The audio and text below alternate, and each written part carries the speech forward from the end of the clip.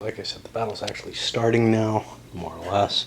Heth's command has gone off on their reconnaissance in force. And now Archer, being a zero leader, failed his role and only got to move a couple hexes forward, whereas Davis was able to move further forward.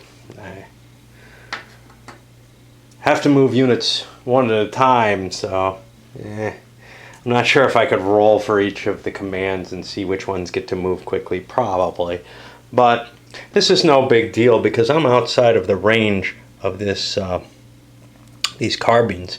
So although I did a full move, they're still not going to get their first fire. And now I'm in position and I could start opening up with fire actions as long as I don't get within the 3 hexes that they're close range. I may wait for Archer to come up to give me a little bit of support. I do have to face the artillery, though, that the Union's positioned here. And that's presumably able to do something. I'm going to have to look at the charts and kind of decide if I want to fire. Unlike the CWB, unlike the RSS, there's no fire at this point. The Confederates, there's 2 things here at play. But one, the Confederates have moved within short arms fire, or small arms fire, but they moved full, so they're not able to fire offensively. Thus, there's no opening fire from the Union because it was a full move. The Union would get its firing opportunity if it was in range. The other thing is the range. I'm used to, hey, I can walk up basically adjacent to someone because of CWB series, but the RSS also shares this, which is I have to worry about what the ranges are on the guns. And you can see I've got guys with rifled muskets with an R that shoot out to range 4. Smoothbores actually go out to range 2. So, most of the weapons here have a little bit more, well, all of the weapons have a little bit more range than they have in the CWB series in terms of hexes. And that's really what I think in. Obviously, the scale is different. Now I go over to the Union side, and I don't believe we have any Union reinforcements there. There is something screwy about the turn track that I just noticed. And maybe this is all of these turn tracks, and I've only played one RSS. I've looked at some of the sheets for the others. But hour-long turns for most of the game. Then once we start getting into the morning, hey, we're no longer using this track. We just go right to here, and they're 15-minute turns, and then half-hour turns, and then we go back to hour turns with the half-hour track. It's all very kind of confusing and can give you, I think, a wrongful impression about how much time there is in the day when you see that big wheel there. That's not 24 hours, 24 little slots, obviously, and this is why it's not. Just confused the hell out of me, to tell you the truth. All right, now the Union, I got to deal with Reynolds and figure out what he's doing with his order. He has his free order at this point, which he can give to the 1st Corps, try to get them into place for the deployment. Looking at the train effects chart, I totally screwed up the Woods hexes and hex side distinction when I gave the rules introduction. The hex sides are the only time you're charged for movement. The hexes and the actual image of the terrain itself is what affects you for line of sight. It's much easier to see here. They've got a little call out there, but it's completely explained correctly in the rules. It's just when I have a mass of text, sometimes I invert the meaning of it, I guess. Anyway, Reynolds is issuing his order. We're going to see first, I've already written it out. I've written it out pretty damn simply. Move up to McPherson's Ridge to prevent advance on Gettysburg, whatever. It's automatically accepted. I don't have to worry about anything there. Now, as soon as those forces start to deploy on McPherson's, the cav is going to be disappearing, but we'll see. The reason for all this is I start getting back around here, I think it is, and if the Confederates break through that far, I got problems. N33 to N3633. No, it's a little further back. N30, 33 to 3633. So I've got to hold up here on Seminary. If I can't hold that until afternoon, a lot of the Confederate restrictions on this first day fall apart. So, you know, make it realistic or not, historically, this is what both armies kind of did. The Confederates were a little bit more cautious, and the Union did defend up front. If the Union collapsed backward, you might well see the situation that you see in a lot of Gettysburg games, which is running up the cemetery and the fight just being there. And, well, you remove all the scripting, it's probably for the good of the Confederates, I think. Overall, the Union will still maintain some of their negative effects. Meade, etc., is not going to be as comfortable. The command orders, Reynolds is going to die at some point. All that's going to still happen. What's not going to happen is the Confederates aren't going to be slowed down on their advance on Cemetery Hill. And usually, in most games that I've seen, that works pretty well. Historically, it didn't work too badly. I mean, the Confederates took a big hunk of Cemetery Hill for a little while. That's usually the best I manage in a game, but maybe, again, I'm incompetent. Okay. I may have to restructure where some of my cav are just to provide more defensive position against Heth here. He looks like he's coming on kind of strong over here. I just have to center it. I'm sorry, this is Davis. I just have to center it on Heth himself, and he's got to sit on the pike, which will, you know, it restricts my axis of advance significantly. And not a whole hell of a lot of a change. Sorry about that. More lines coming forward, the echelon. This is going to position itself kind of behind Hare's Ridge. These guys are allowed to push forward within 4 hexes, but the main recon in force, well, Davis didn't get to move this time. Archer got moved half again, so we can see the Cav hasn't put it under any pressure. By the time the Confederates advance, and the Cav artillery is not firing either. You know what? I could have shot some long-range fire there. Again, I'm forgetting the, hey, I'm at 5 hexes. I haven't been using the Cav artillery, largely because I've got shifts against me. I think it's not until 10 hexes that it gets ugly, but I don't know. So let's see, because the Union movement was all pretty simple, and I could make the fires there. I mean, I'm not going to make a change on that. So let's see what we could get here with fire. I'm able to trace through these because that's not an issue. I'm in that orchard, so I can fire through it. So let's look. 1, 2, 3, 4 hexes. It's all going uphill, no problem there. 4 hexes for a rifled. Might as well pay some attention here. That's max range. What do I got here? I have 6 strength points firing. 4 hexes. That's going to give me 3 shifts to the left. So 1, 2, 3. I'll be over on the 1 column. I got to find some dice. I know I got them kicking around somewhere under here, but I don't know where. I got some over there, but those are far away. I hear something. So many damn rules books and such now. There we find them. Okay, let's see if we can figure this out. Okay, so now I'm down 1, 2, 3 on the 1 column.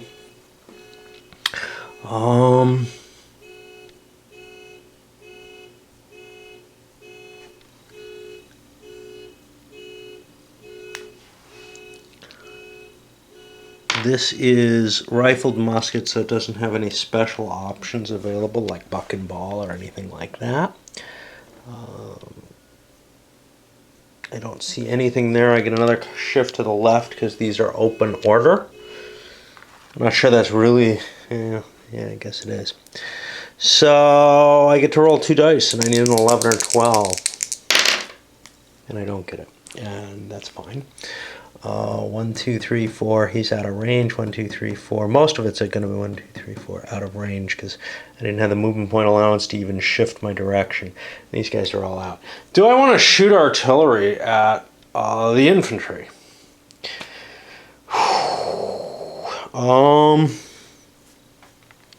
Ignore shifts marked with 2 stars. What's marked with 2 stars? That's these. Huh. I seem to remember there being something special about artillery at range 10 or greater, but it may be 6 or greater. I'm not sure. I'm going to have to look that up. Because now I'm caught up. The Union's moved. We've got Doubleday coming on the board finally. His artillery facing him up. The instructions for Doubleday say basically bolt his corps down, his headquarters down, anywhere that kind of makes sense based on the first division's orders. But with some slight restrictions. It's got to be east of West McPherson's, and it's got to be west or on Seminary Ridge. Which, given the orders that I've got to kind of replace the Cav, which are the only sensible orders, I think, given that the Cav is going to disappear if you're playing with all the rolls there, and you cannot let the Confederates get by through McPherson's, is, to park them there. I don't understand why you'd go up, say, to Oak Hill or over here or something like that to do your deployment. So I went with pretty simple. I guess you could go with some sort of offensive order with them. But there are disadvantages to doing that.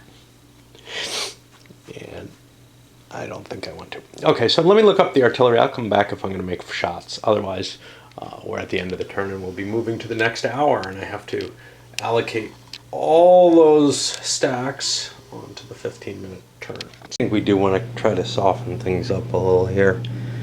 Got one gun there with 2.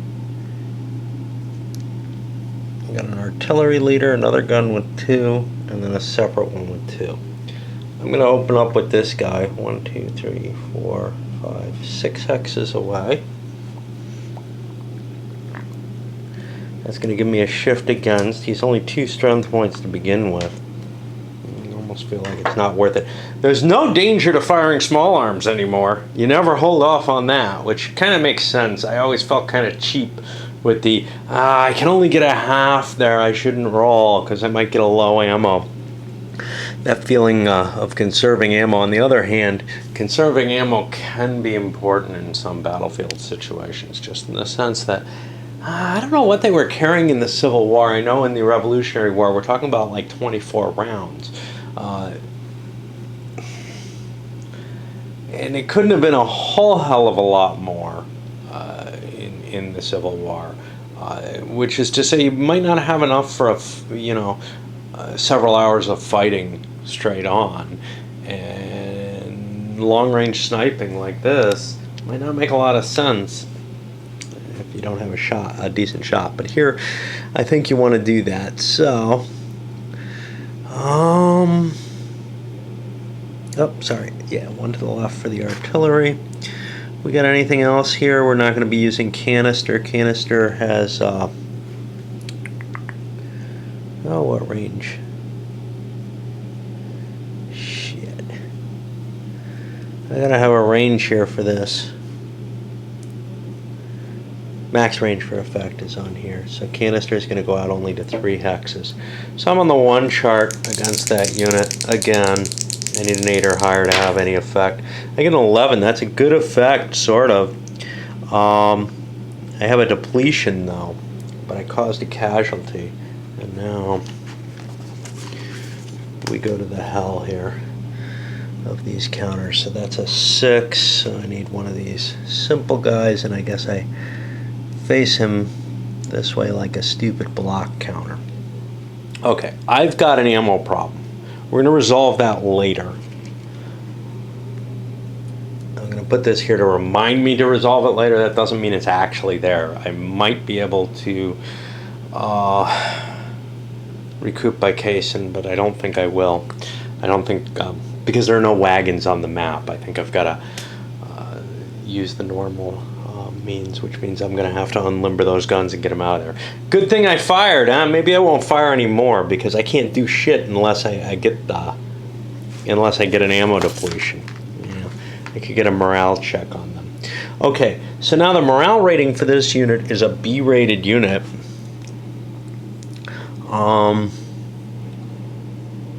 It is not small.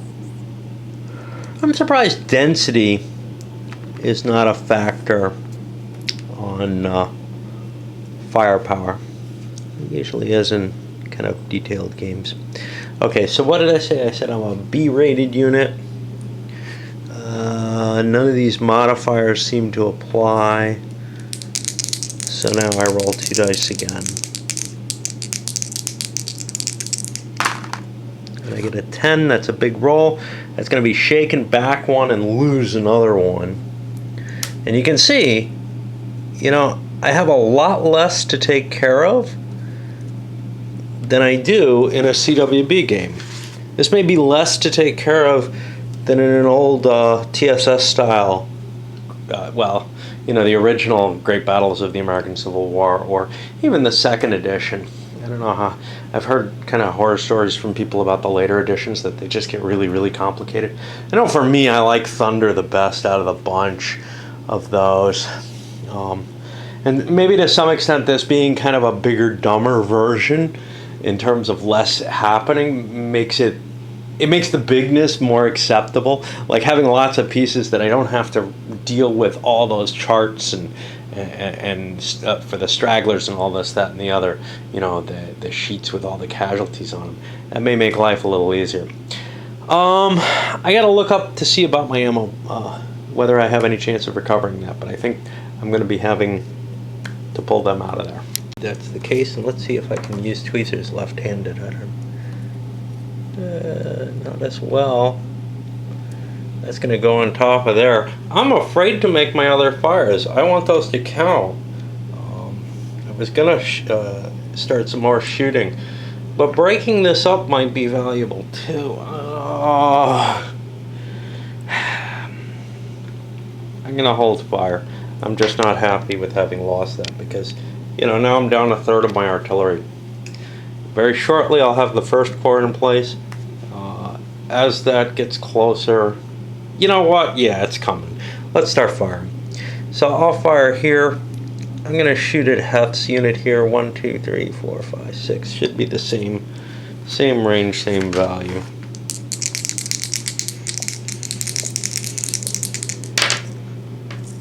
I get an 8. That's going to be a morale check. Oh, that's Archer. I shot out. Now he's got a B morale. He raises it too, though. Well, he gives leadership. How does a leader come in effect on this? Oh, it's got to have an effect, right? There we go. Target leader's morale. Okay, and you ignore that for bloodlust. So I'm a B with, I guess, -2 from the die roll. Because it says minus value. Oh, okay, so I rolled a 3. I get a bloodlust anyway. If I had rolled a 4, I would not get a bloodlust. That's not going to matter because I'm not adjacent to anything. I seem to remember bloodlust doesn't even affect if I'm not adjacent. I'm going to have to look that up to make sure. But I got one more gun, and I could send that after the same unit. I'm not going to do that because I bloodlusted it. I don't really want to fire on the same unit. The reason I can do it at the same unit is because I got this artillery leader adjacent to it. And this looks like it's the same kind of range. Kind of don't want to do damage, but I get a morale check. This guy is, it looks like a B again. Yeah. These units are good morale, as they should be. And a 6 over on the B table isn't going to do anything. So, you know, I got some hits and no real effect. That was during the Union phase. The Confederate units aren't going to recover at that point. So I've got to check if that bloodlust is there because it would kind of suck, you know, to have that wrong, I guess. Maybe. Sloppiness and getting used to the old systems has gotten me into some habits that don't really work here. Notably, I can't just move my whole formation up like I did here if I'm going to fire. And these guys all moved half, allowing them to fire. They're going to have opening fire rolls against them. Not these guys, they're not within 3, but everything here has opening fire rolls opened up. Now, only one unit gets to make the opening fire against them. And theoretically, this should all be happening sequentially as I move a unit. Say I move this one up first to range 1, he'd get fired out. So I've got to take care of that. And yeah, I'm kind of, you know, I may make these kind of shortcuts later as I get more used to the system, but I don't want to be intentionally making them now terribly. Okay, so opening fire, range of 1, I roll a die on a 1 through 3. There's no loss. Doesn't look like there's any modifier for this unit. So he's fine. This one's going to be at range 2. It doesn't matter which one shot at him. I only get to pick one. I get a hit on him.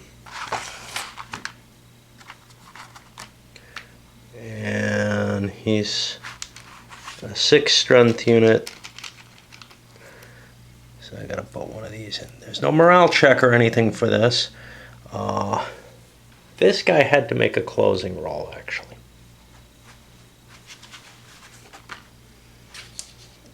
He is B morale. He needs a 3 or more. I don't think he has any disadvantages there. He did not succeed, so he actually had to stop here.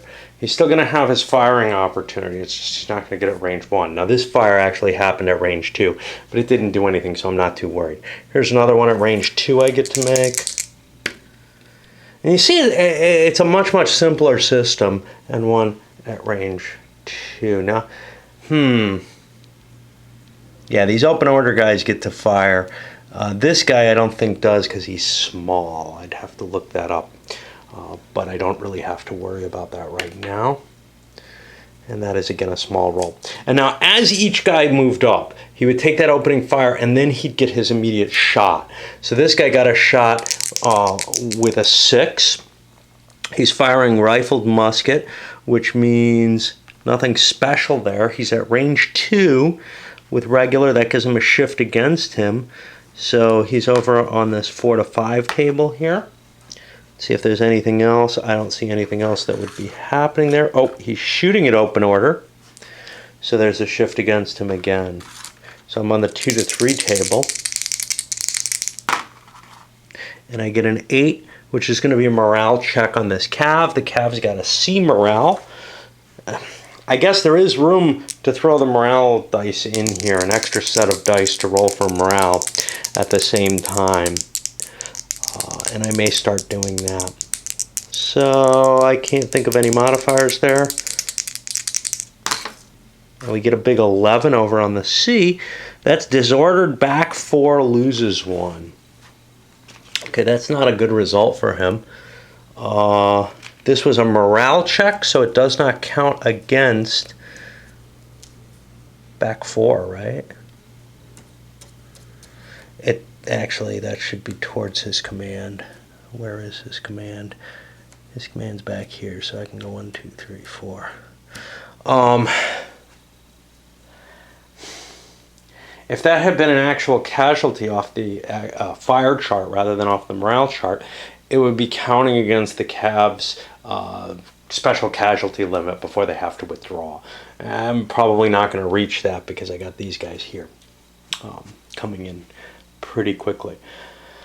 All right, well, this guy would have moved up before this guy actually got here. Let's pretend this guy's not here because that clears my line of sight. I'm at range 3 there.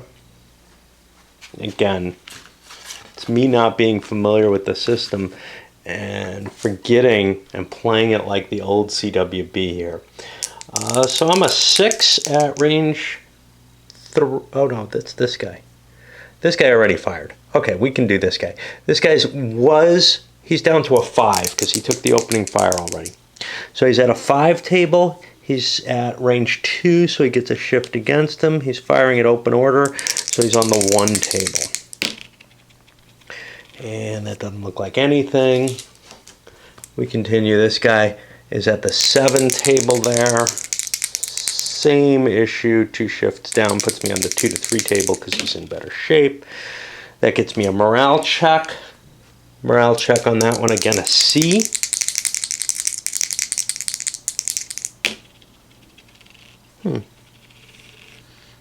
Cav gets a +1, even if they're dismounted. Guess I'll remember that this time. 7, that's not going to cause an effect. I actually would have had a rout on the last one, I think. Nah, would have been an extra loss. Let's give him that extra loss.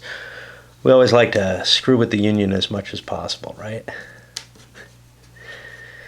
These Cav are usually so effective with their carbines, but in this system they seem to be being brushed aside pretty easily. Actually, they can be brushed aside in the other system. They cause a lot of casualties, but you just charge them and they disintegrate. So that's putting a real time limit here. Now, what about this guy? This guy's a musket 5. Okay, smoothbore musket only has a range of 2. I can shoot at this guy. Range of 2 gives me a shift 1 against me.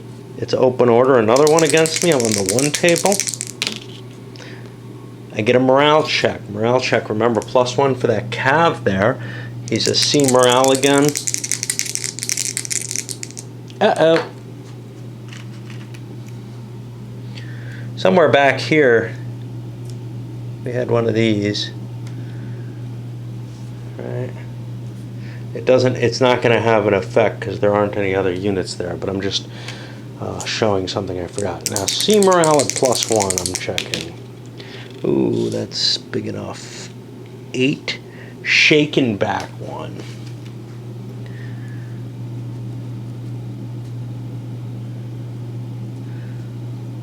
I don't know if that's going to cause... I don't remember if Cowardly Legs comes from just a... I think it comes from any retreat. So I'm going to put it there temporarily if we see another fire. Now these muskets do not go out at range 3, but this rifle does. 1, 2, 3, 4. I can shoot at the artillery there. And there's no way to protect them anymore, screening them with infantry.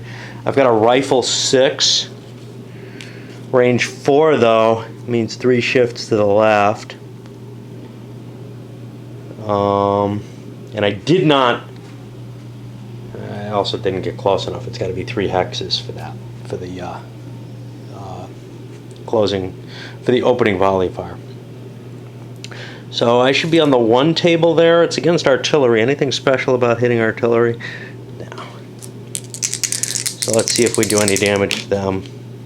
We get a big 9. That's going to be a morale check on the artillery. The artillery also has... This guy also has C morale. Gets a +1 on the morale check table, which is bad, of course. And 11. That's going to be disordered back 4, loses 1. Now, again, he's going to have to limber. He loses a gun. Maybe. He could get it back. He falls back 4 hexes. I'm not sure if there's a Cowardly Legs there either. Simply because I'm not sure artillery generate them. Again, these are things I'll look up as I need them. But that looks like that's my turn. I get to recover my shaken status, and these Cowardly Legs, if they are there, go away. We've shot a couple of easy holes in that Union Cav line. I'm not used to seeing that. Oh, I got some units I got to bring on, but that's okay. It's not like I was. It's not like there's pulses the way there were. Well, the recovery happens after these guys would have come in, but that move and fire, that all happens, you know, during the normal activation phase, which is a different way of looking at things. I'm used to it in other systems. I'm not so used to it in, you know, it's not part of CWB, so it kind of confuses me, except for close combat in CWB is that way. So those Cowardly Legs markers were correctly placed, and now the Union's in a little bit of trouble. So where I've kind of pushed back with these shaken units, the disordered units I don't really want to bring forward right now. I want to rally them, just like I would in CWB. I don't want them on the line. They'll get shot up again. But although I can move them forward, because they'll rally during my turn. I only get half movement with them. But they'll be just shaken units at that point. I don't have to undergo defensive fire, do I? Yes, I do. It's not going to break my unit, though. so I don't have a morale check on it. But here's the thing. Whenever I close distance, if I fire, which I may not want to, I give the enemy a firing opportunity before I get my shot. So for example, I'm not going to want to fire here. I'm not going to want to move forward here. I'm just going to want to fire with these guys. Use their carbines for effect. But here too, I probably am not going to want to move forward. I'm going to want to fire. I'm going to allow myself to be pushed back a little bit in a way that normally wouldn't happen in a CWB game. You get shot, you get knocked back off the line like that, somebody else moves in. Well, now that's the only way I give that defensive fire, that opening volley table, is by moving up. So if I'm falling back, it might actually make sense for me to kind of withdraw. I got to be careful. These guys are open order units. I've got a little bit more flexibility moving them than I've been kind of paying attention to. I think they don't have to pay to turn, for example. Stuff like that. Okay. Try to get these guys into place up here because it's pretty clear the Cav is not going to be able to hold the line there. Very, very different flavor from what I'm used to in a Gettysburg game. I'm used to those Cavs standing there trading shots 1-for-1, you know, just black. Well, we'll see. Why don't we see? All right. Let's open up. This guy's going to fire. Nothing to stop him. He's a C4. C is a carbine. He can fire at range 3. I'm going to take a shot at these 42nd Mississippians here. So I'm at range 2, so I go down 1. There's going to be more here, though, because the carbine's a breech loader.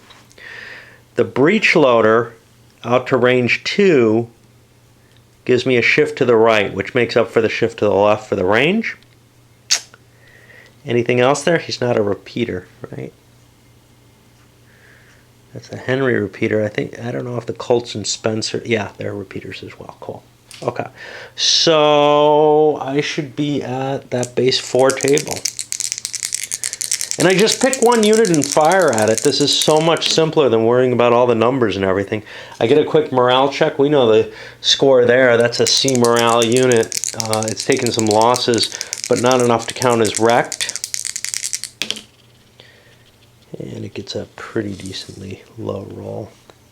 So it's okay. And I'm going to continue those die rolls. My camera's running out of juice a little bit here. But yeah, this guy fired here. Now I'm going to have a chance to fire here, chance to fire here. This guy's a little tougher. I can turn him and get that in firing range. Those carbines have a range of 3. And then, of course, I've got my artillery to plink away with. I'll come back after I'm done with all the fire. And probably the movement, too, at the end of the turn. And as we push the turn marker a little further, nothing really significant happened. A little bit of firing here, but nothing beyond what we saw. The recovery, I got burns under the shaken unit to help stiffen it a little bit. You can see here's the first corps pushing its way up in column, ready to start deploying. As soon as it does it, though, that pulls out the Cav. So I got to be kind of careful. Lucky for me, I've got the Iron Brigade moving up faster than it did historically, I guess, and some additional artillery. So I got a little bit more time there than maybe I should. I'm a little worried here that that first corps, well, that one division or one brigade of the first corps is not really going to be able to do this, hold this terrain very well. So I'm going to make sure that I'm correct about when the Cav dissolves, but I think it does as soon as the first corps kind of deploys up here, and then it's just out of the game. Might mean that I want to hold off a little longer in that deployment, just because that Cav is somewhat effective still. And unlike a lot of CWB games, this one doesn't, or unlike the CWB series, or most of the games in it at least, this one doesn't have any casualty situation. I don't give a shit how many casualties you take. Okay, that's not true. It's up to the players to decide who won.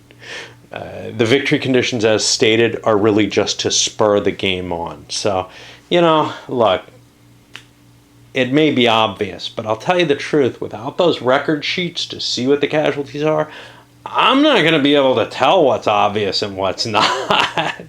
I'm also a little worried about that midnight fatigue recovery. That's going to be a lot harder because I got to go unit by unit through all the pieces everywhere on the board, as opposed to simply looking at a record track and saying, this command's over there. Yeah, they can all do it. And then doing the recovery. Yes, I have to do it a lot less times, but man, it looks like a painful, painful circumstance. That bastardization with the charts in there is beginning to look more appealing, but I don't know how to reconcile the new combat system with that. You know, if I start pulling lots and lots of stuff out of CWB RSS, I'm probably better off just going back to version 4 of the RSS. Anyway, hey, I only got to do it twice. There's only 2 midnights that I got to worry about. But it will be a pain in the ass, I'll say that. All right, the Confederates got full activity for their 2 leading units. And I moved up and swung around. I actually have to spend a second movement point here. I think I'm at about 5 movement points. I'm charging into this. Now, the thing is, this is an open order unit, so it's allowed to withdraw rather than suffer the charge. That was just a move operation. I gotta look at the effects of that withdrawal, because I think I push into here.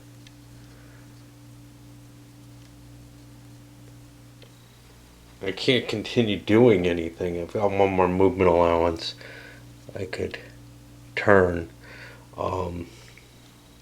But I did forget to make the closing roll on that charge. If I don't make that, I can't get it. I can't move in there. There's no opportunity or opening volley fire there, but I am B morale, it looks like. So I would not have been able to get in there. So let's get back here. And I spent too many movement points to be able to fire, so I'm not going to be able to shoot there. The question here is, I don't think I want to do closing rolls in an attempt to shoot, but I might want to charge. Unfortunately, then I have to do a movement roll. The reason that a charge is kind of cool is I can sort of disrupt this whole Union line and push it back, and that can do some good things for me in terms of getting some positional advantage. Remember, if I make my way up onto Seminary Ridge, I get some advantages in terms of Lee being more aware when the battle starts, when he arrives on the battlefield, and some of the other restrictions being gone. So if the Union can't hold the line at McPherson's, there's going to be some serious trouble and some cost to pay.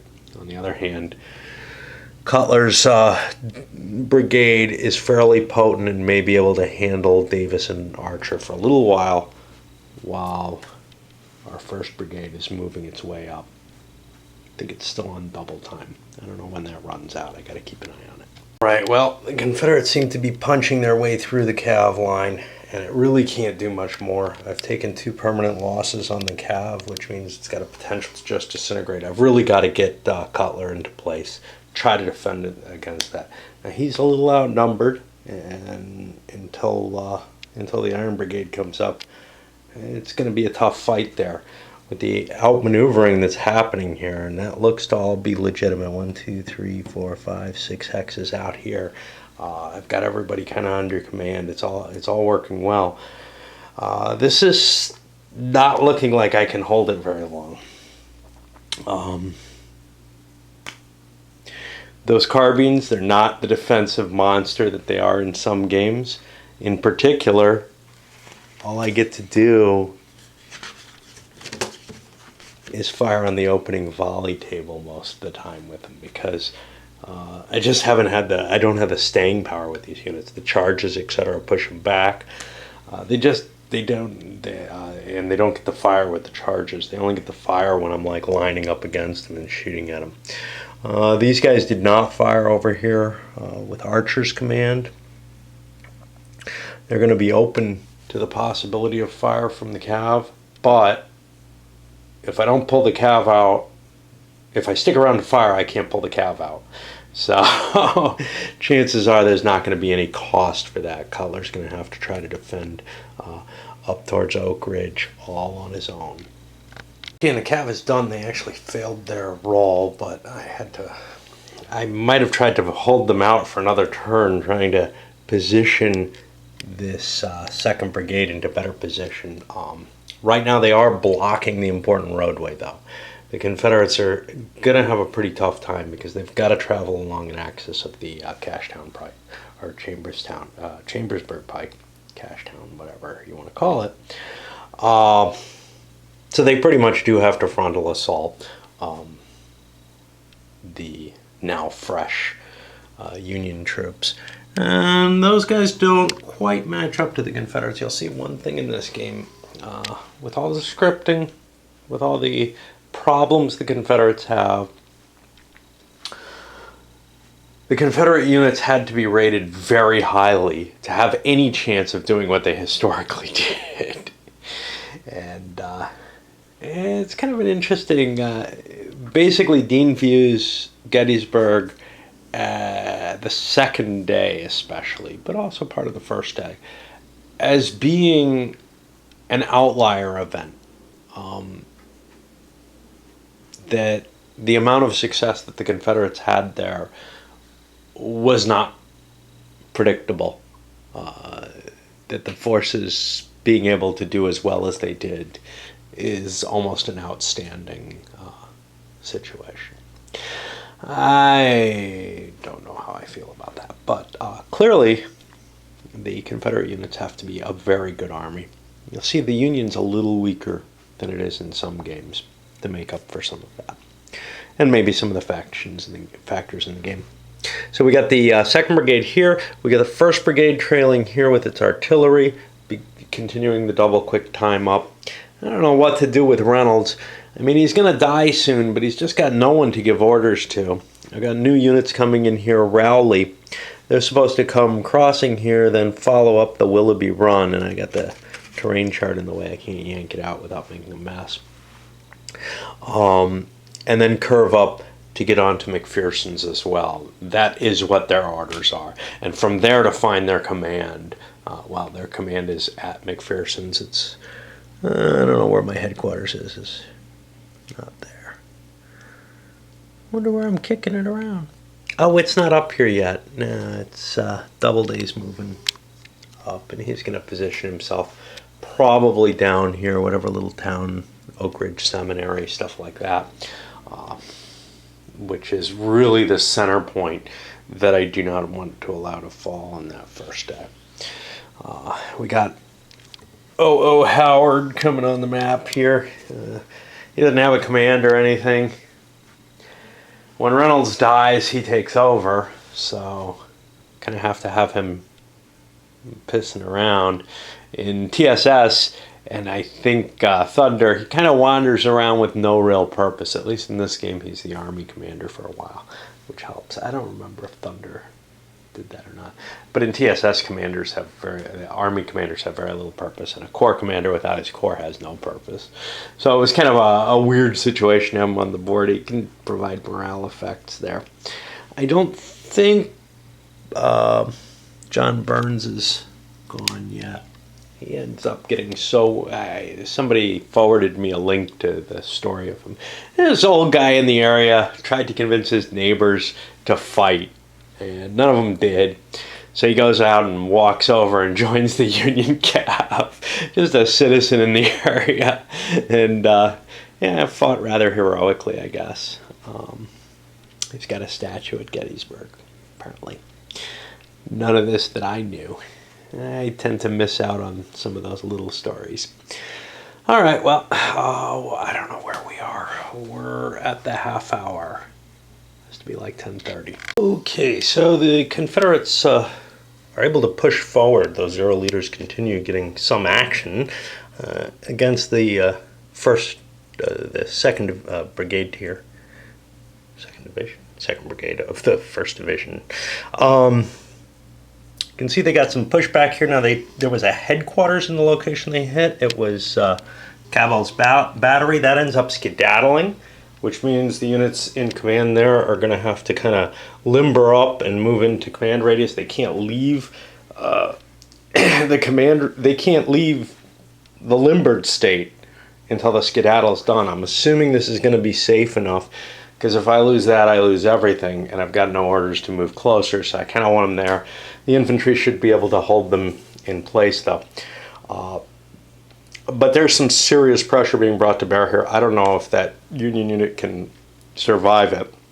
And if it gets brushed aside and the Confederates push into their location that releases them, what you see is the more common, probably Gettysburg scenario in a game.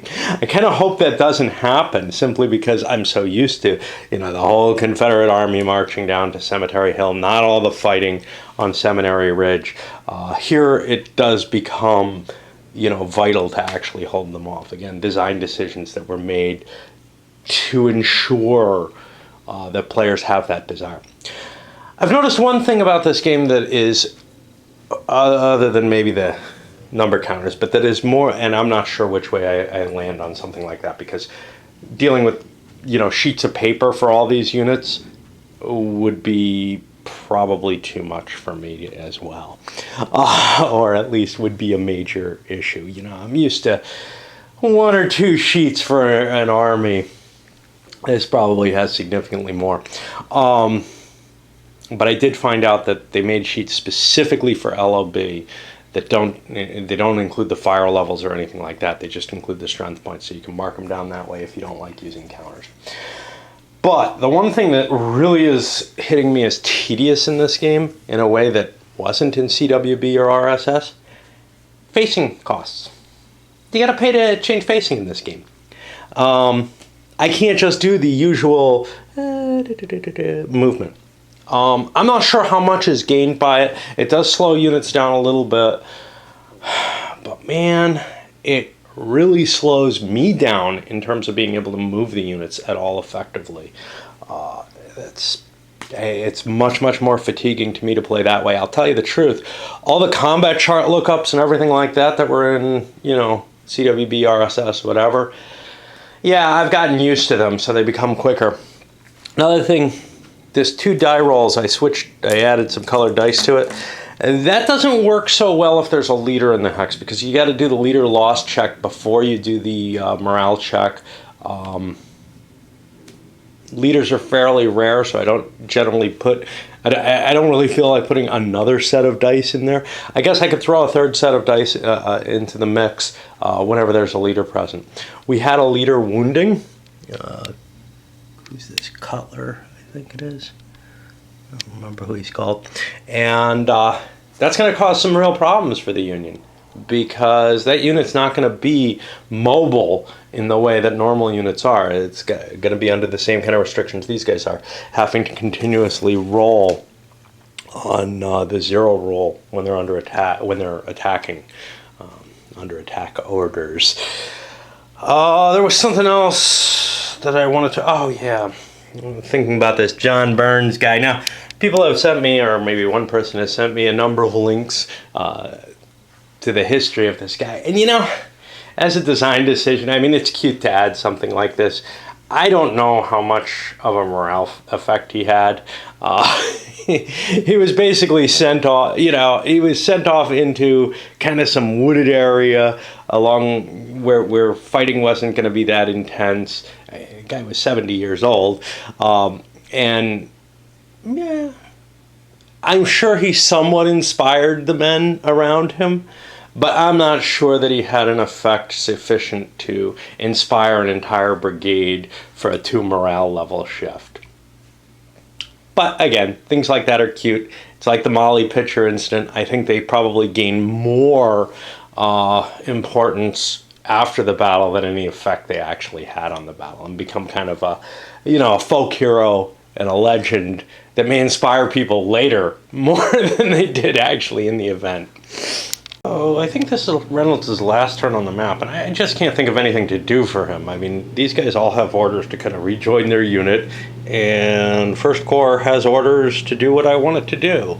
There's just, you know, he's not going to have a lot of effect on the battle, other than the the special order that he can give right at the beginning of the game. I guess you have some flexibility possible with him in the game, but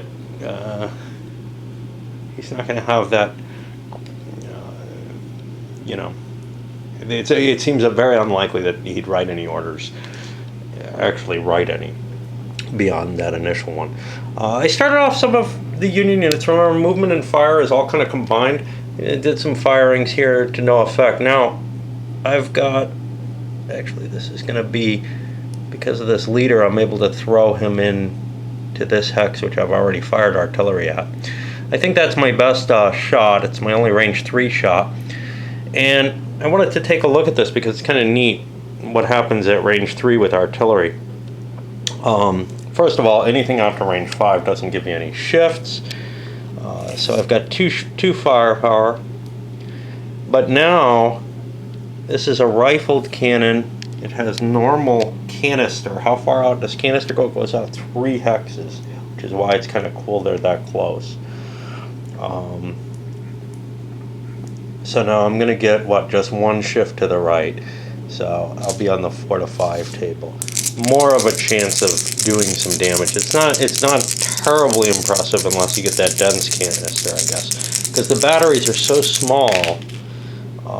And 7 is going to be a morale check. A 4 is going to be fine. So we're still not seeing a lot of effect from the fire. I'll probably come back at the end of the turn. A little confused on the skedaddle rules. First of all, the Union headquarters shouldn't have jumped back until I think this turn. But secondly, those artillery shouldn't have been allowed to fire. They didn't have any effect, so I'm okay with that. This one actually had significant effect, pushed a unit down off the hill. Had a little bit of firing effect from this, but beyond that, I think some of the infantry here was successful as well. We got forces pushing forward, trying to get up into position.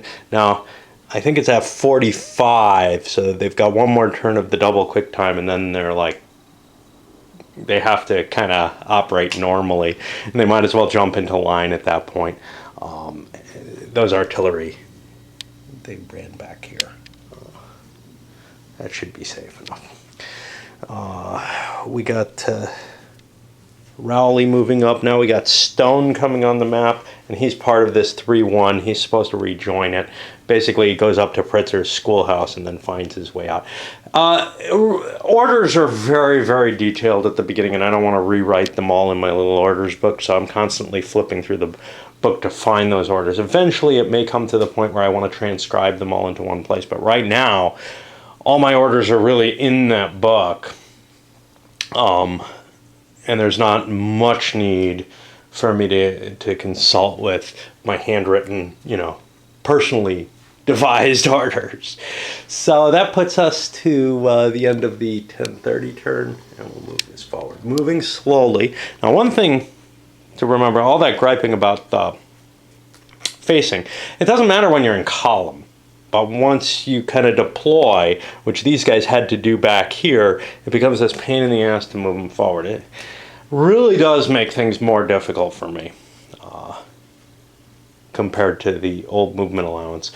I almost wish they just said, lines are going to move more difficult in a more difficult manner. Take one movement point off being in the line. I know that could cause some difficulties as well, and just move them like you like. It doesn't quite work out that way.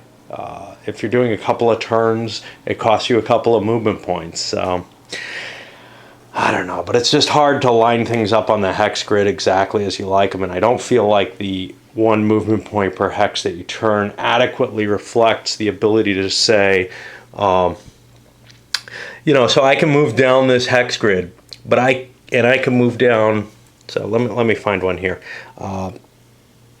I can move down this hex grid, and I can move down this hex grid, but I can't kind of weave my way forward in a straight line without having to make lots and lots of movement changes. It's one thing. Maybe I'm mistaken. Maybe you can move into any front hexes. In which case that would fix this. Hey, I've been going into directly the front hex, and maybe that's not the requirement here.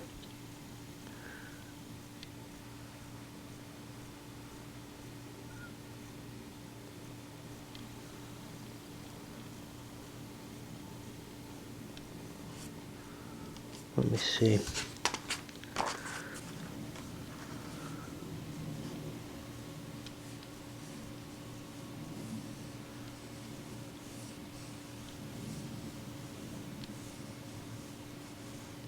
Yeah, they can move through any of their three. Okay. I've been being an idiot and paying more movement. It's slowed down primarily the Confederates, I would say here. I got to see if I can remember that because, you know, a lot of the things like the Musket and Pike series, etc., they point you towards a single hex vertex.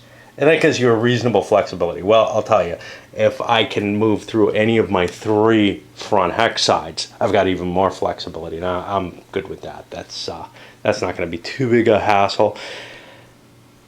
And then, yeah, I'm going to spend at most one movement point for a reorientation, probably, in most conditions. All right, so ignore all my rambling on that issue. Like I said, you know, I'm getting used to the system. When it starts talking about movement points for facing, I'm used to a lot of systems that kind of say you must move into your front hex. You do have to do that. With charge, it has to be your front center hex, and basically you have no ability to go against the grain in that case, which does kind of contain some of the same issues there. I don't know. All right. Confederates continue the pressure, but they didn't really get much this time. They took more casualties than they gave easily. I don't think they actually gave any successful casualties, and they took some on the approach rolls, especially because of that artillery unit over there on the left flank of the Union force. That did a lot of damage to approaches. It's able to fire canisters, so it gets a shift. See if I've got a chart kicking around here, but it gives a one shift, a one column shift over here on the opening fire volley. And the neat thing about that is you don't expend ammo. There's no chance of an ammo depletion if you're firing on the opening fire table. Now that may or may not happen very often. Charging the artillery seemed really ugly. So we're beginning to take some significant pain for trying to push the Union off that space, which is good because if I can get out here, we got some serious problems for the Union. Okay, bloodlusts are automatically removed in this game as opposed to in the old series. We're moving up to 11 a.m. I've got to reposition, got some Union reinforcements coming in. Still looks like there's some chance that the Confederates might be able to crack their way through. Basically, the thing that's hindering me, if I had freedom of movement and didn't have to use the axis of the Cashtown Pike, it's got another name and I can't remember it. I would be able to get around here pretty easily, but it's going to be pretty tough to trace command from Heth over to Davis there. He might still be able to do it because the Union didn't shift their forces at all. They stood in place and made some fire. They've got their artillery, Cabell's battery or whatever, his batteries have conglomerated there. I've got some additional guns coming up here. They might be able to prevent any kind of really ugly situation from taking place, but I don't know. We're not far from the seminary there. If I'm not careful, that's going to fall. The Iron Brigade is beginning to make its way into place here. That, you know, if it makes it up there, that kind of is going to halt things. And then all these other reinforcements, 3rd Division there, right?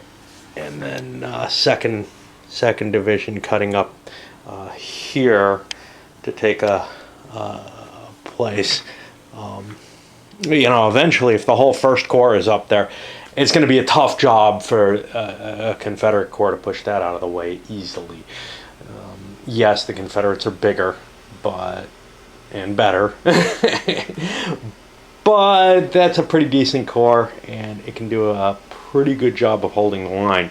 Plus, once they start getting up there, they're obviously too much for the little reconnaissance and force, and Heth's going to have to fall back and make and get an order going. Howard's in command now. Reynolds has been shot. I got him up here. He's not doing anything. He's got normal awareness, which means, orders don't take terribly long to take effect, but I kind of like the way that system works. Once you think of something, the commander's not ready to throw that order out yet, so you kind of have to, pre-plan a little bit more than you do normally in say the CWB games, and certainly more than you need to in something like Terrible Swift Sword, where you can just kind of, hey, I could just cover that flank. Let me just move this unit over. Let me sidestep the whole command. You got to deal with your orders, but you got to delay on them further than what you normally do. Now, what you don't have maybe is quite as much delay once orders have been received. It looks to me like, 10 or more is not exactly an easy roll. Now, obviously, if I can get something in reserve and this, that, and the other, I'll be in better shape towards being able to, issue new orders. Wait, is that it? That's a deployment from move a reserve. Okay, so that's a little different from the normal situation. You've already kind of got orders undergoing. That's not like giving a whole corps or whatever kind of command their orders. Anyway, that's enough babbling for now.